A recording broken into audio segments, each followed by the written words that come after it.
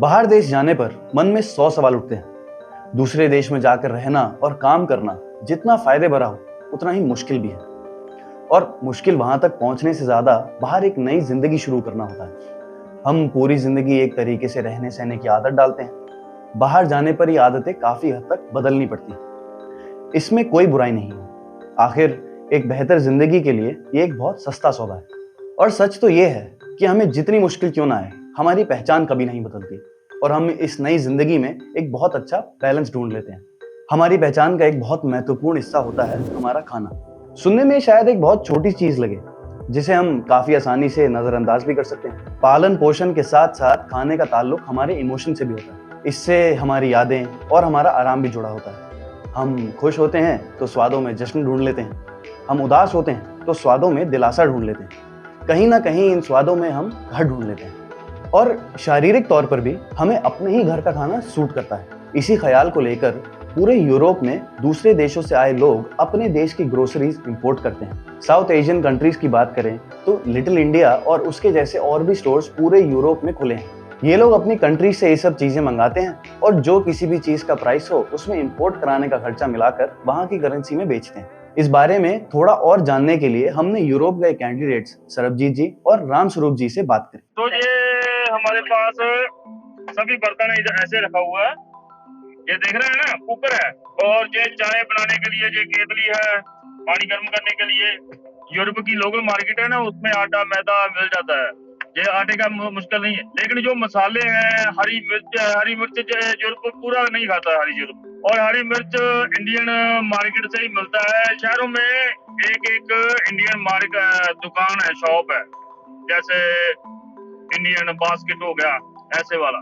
तो वहाँ जाना पड़ता है, जहाँ ऑनलाइन उधर से ऑर्डर करना पड़ता है। तो वो जहाँ एड्रेस है वहाँ भेज देते हैं। और जो इंडिया का कोई भी प्रोडक्ट है वो इंडियन मार्केट से मिलेगा। आप ऑर्डर भी कर सकते हो ऑनलाइन। आपके कंपनी का एड्रेस दीजिए, ऑनलाइन आप पेमेंट कीजिए, जहाँ आपकी पेमेंट हो जाएगी कि आप बाद में कर सकते हो, ऑन द स्पॉट कर सकते हैं।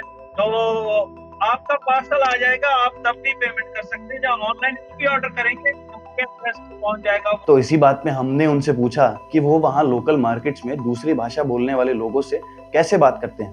इंडियन मार्केट से आप जा सकते हो, वहाँ पे बहुत फ्रेंडली है। यहाँ के लोग भी बहुत फ्रेंडली हैं कम्युनिकेशन करने के लिए। भले ही आप एक दूसरे की भाषा, एक दूसरे की लैंग्वेज नहीं समझ पाते हो, लेकिन फिर भी वो आपकी हेल्प करने के लिए उत्सुक रहते हैं कि आपकी हेल्प तत्पर।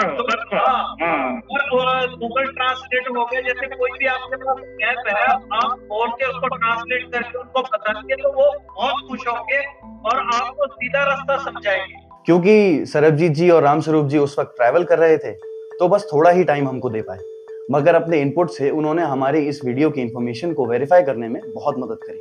यूरोप में हिंदुस्तानी खाने ढूंढने के एक और पहलू की अगर बात करें तो वो है यूरोप में इनके प्राइसेस। वहां की करेंसी के प्राइसेस को अगर यहाँ की करेंसी में कन्वर्ट करें तो ये चीजें शायद महंगी लगें, मगर ये प्राइसेस बाहर के स्टैंडर्ड के हिसाब से सेट होते हैं ताकि दुकानदार को नुकसान ना हो और ग्राहक को जायज पैसों में अपने यहाँ के फूड इंग्रेडिएंट्स, सब्जियां, मसाले, स्टेशनरी और टॉयलेटरीज जैसा सामान प्राप्त हो जाए।